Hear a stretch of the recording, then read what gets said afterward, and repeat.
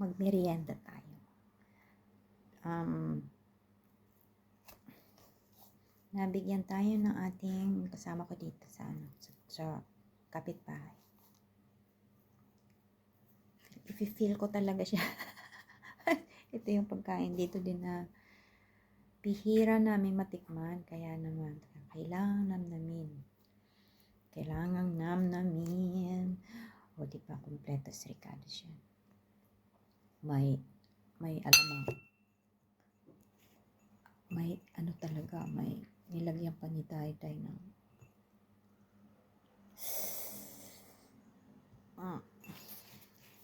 si Lola nagkakape din siya with wafer naman ang kanya wafer ang kanyang kinakain saka coffee. Ako ito.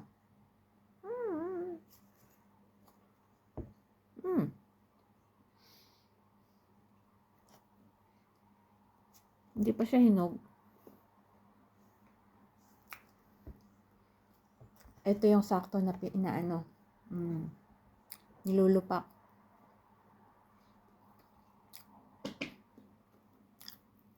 Wala pa siyang tamis.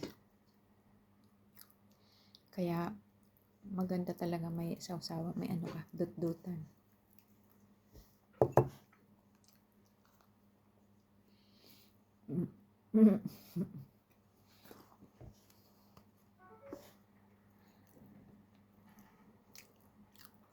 Meron ako mamayang pang sa aking kanin.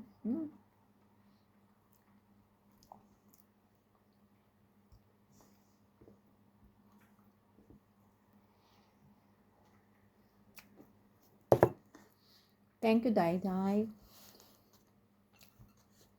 My beloved Day. Ganon kami dito, guys. Hatira ng pagkain.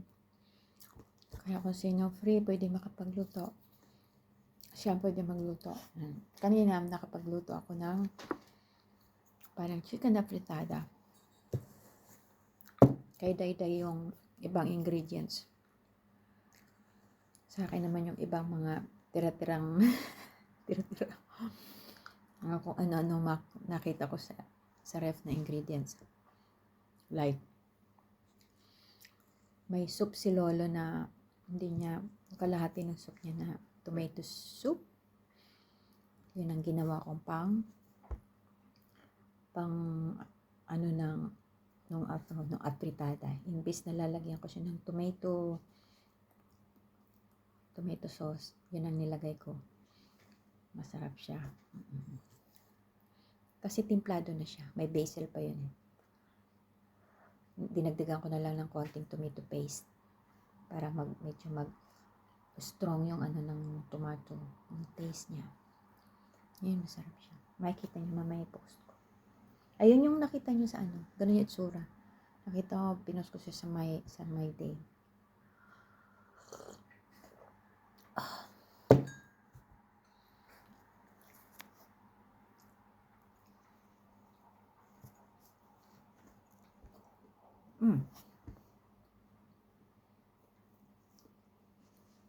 Masarap yung alamang.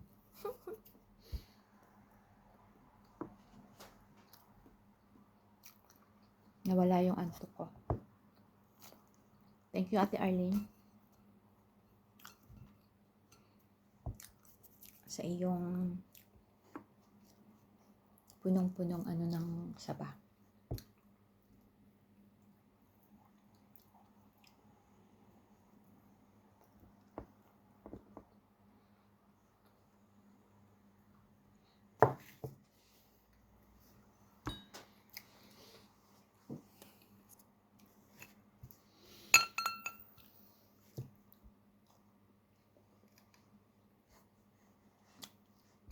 Siguro, curious kayo, ano ba ang kinakain namin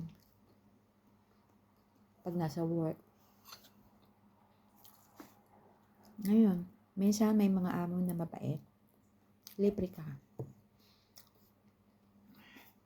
Kainin mo kung ano meron sa ref. Ang kaso, hindi mo naman gusto mga English food. need to go to the toilet. Okay, dokie.